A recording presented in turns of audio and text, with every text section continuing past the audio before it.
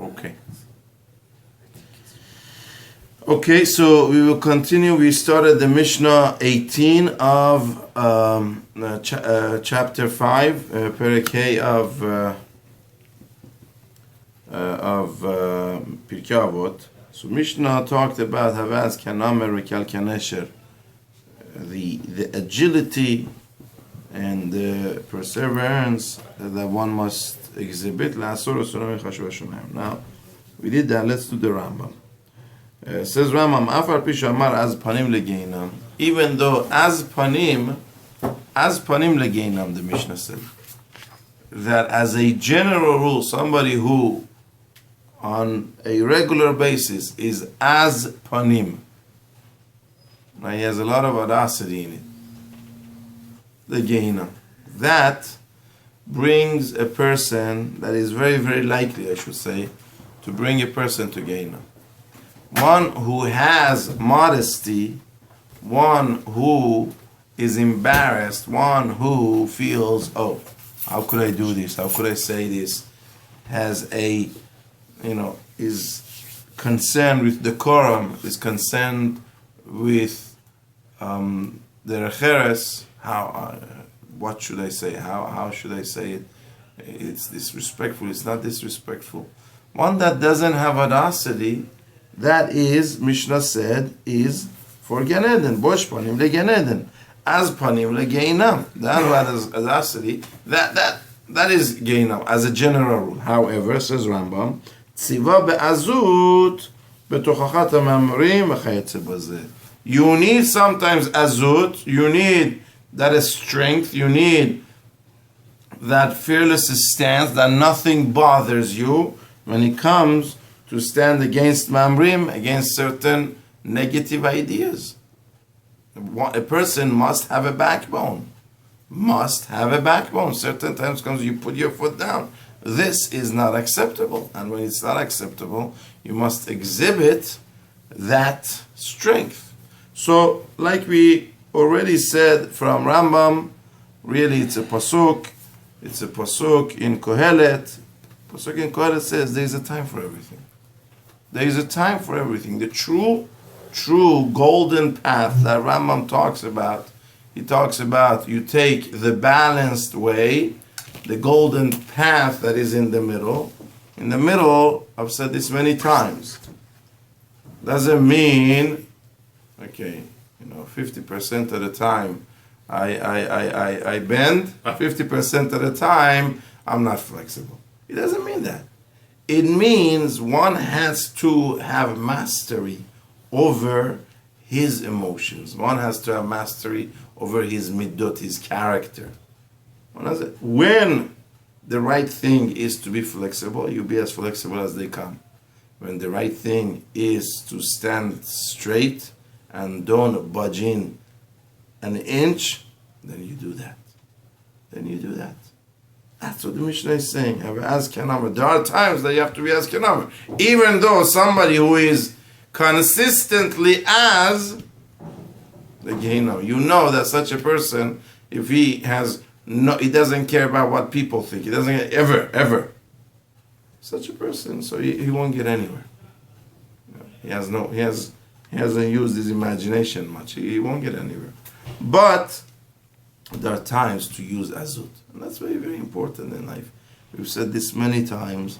The true mastery that Torah talks about, the true balanced person that Rambam teaches us from the tenets of Torah is the one who has full control over all his midot. When I have to be merciful, I'm merciful. And when I have to stand steadfast, I'm steadfast. Sometimes it may be very difficult. Maybe very, very difficult. Right? Sometimes you take your child to the dentist, and I've had this experience, and my child is like, Abba, the way they say Abba, it breaks my heart. Right? But it would be a foolish decision if I turn to the dentist and say, you know what? I can't take this anymore. Don't feel the tooth. I can't take this anymore. Don't feel the tooth. I tell you another thing which is not as bad, but still, I'm talking about mastery. And when the child says, hold my hand. It hurts, Abba, it hurts, hold my hand. And it's very, very difficult for me to stand in the room. I want to walk out. I don't want to witness the pain she's going through. But it will help her if I'm there, if I hold her hand. So as a parent, I might make that decision. You know what? This is the time where I do not exercise my mercy, my pity, my soft heart. This is the time that I show my, my resolute. I show my resolution. I stand there, and I have done it sometimes with tears in your eyes. But you have to have mastery over this is the right thing, and that's what it doesn't mean you don't feel it. It doesn't mean, like I said, it breaks. Yeah, it breaks your heart. But we have to have, that's what Rambam and Torah teaches. The middle path means we have the mastery enough to decide this is what is called for at this moment. This moment takes azut. This moment takes no flexibility. Another moment takes generosity. Another moment takes being very, very frugal. Whatever the case may be. We need to look at Torah. We need to look at Pirke Avoth to tell us what is the right way the right attitude to have here. But that's the easier part.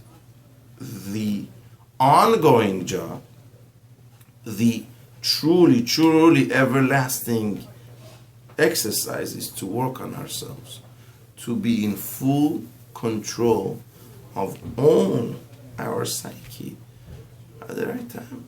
When he has to be that, he has to be that. So that's what Rambam says.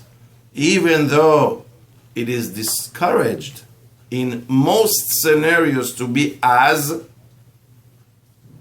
but there are times you have to be as. There are times you have to stand steadfast. I don't budget. I'm not embarrassed. There is an unbelievable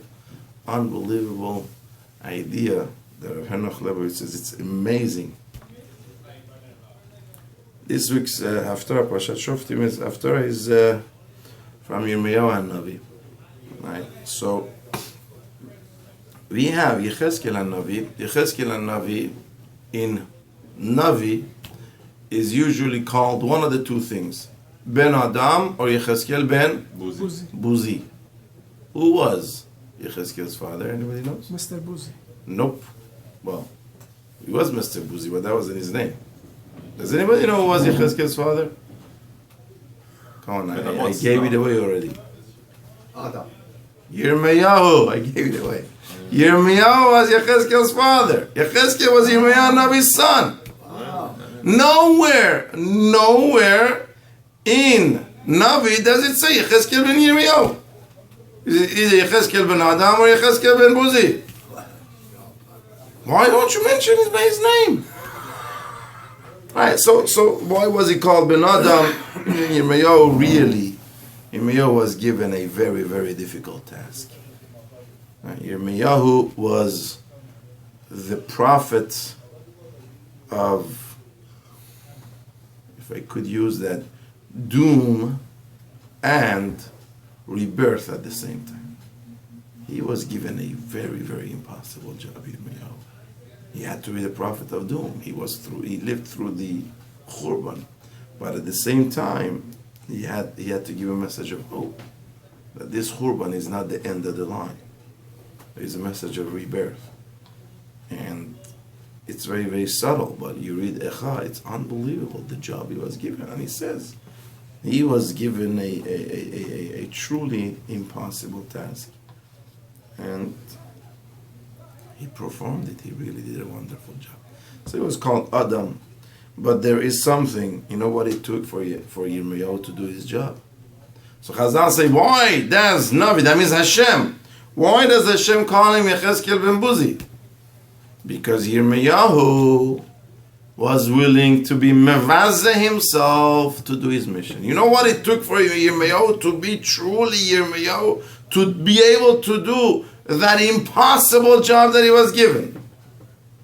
Talmud has a term. It says some jobs are like when you tell somebody, go break this jar of honey, but make sure not a drop of honey drips. It's impossible. It's like a very, very, very, you have to walk a very tight rope. That was one of those jobs. Yirmiyahu had one of those jobs, that type of. So how was he able to do it? Here is one of the secrets. He was willing to take embarrassment in his mission. They embarrassed him. They were mevazeh him. They were mevazeh him in his mission, but it didn't deter him.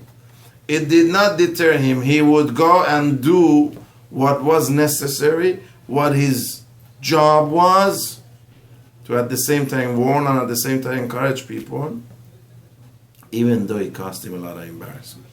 So here is the question Rabbi Lebovitz asked. Unbelievable. Unbelievable question. Okay, so wonderful. He was mevazeh himself. Great, good. So, okay, we know that. But why do you call him like that? Why is Hashem calling Yechezkel like that? Okay, so he was mevazeh himself. Thank you very much. You should say in a line, Yirmiyahu was such a great person. He was able to take embarrassment and do not deter from his mission. An amazing quality. Okay, so it says it. But why constantly you call Yechezkel that? Why do you have to mention it again and again? That he is mevuzeh. He is disrespected. So you see, says there is no bigger badge of honor. That is the most respectful term you could give Yirmiyahu Hanavi. He was buzi. He did his mission. He was a steadfast. He did the right thing, no matter what. No matter what bizayon they threw his way. You cannot give a more respectful name, a more respectful term for Yirmiyahu. That's why Yechezkel is called Yechezkel ben Buzi, because that is truly talks about the pinnacle of human being that could be so fully in control of his emotions and his character traits and everything that at any moment, what is the right mode I should be in, flexible or steadfast or this or that, and he was, and that which they said did not deter him. That is the biggest respect you could give such a person. So let's finish the Rambam. כאילו אמר ישתמש במקצת המגרעות במקומם. So Rambam says, this Mishnah is telling us this midah within general. This character trait is bad, to be as, to have veracity, that you should use it when it's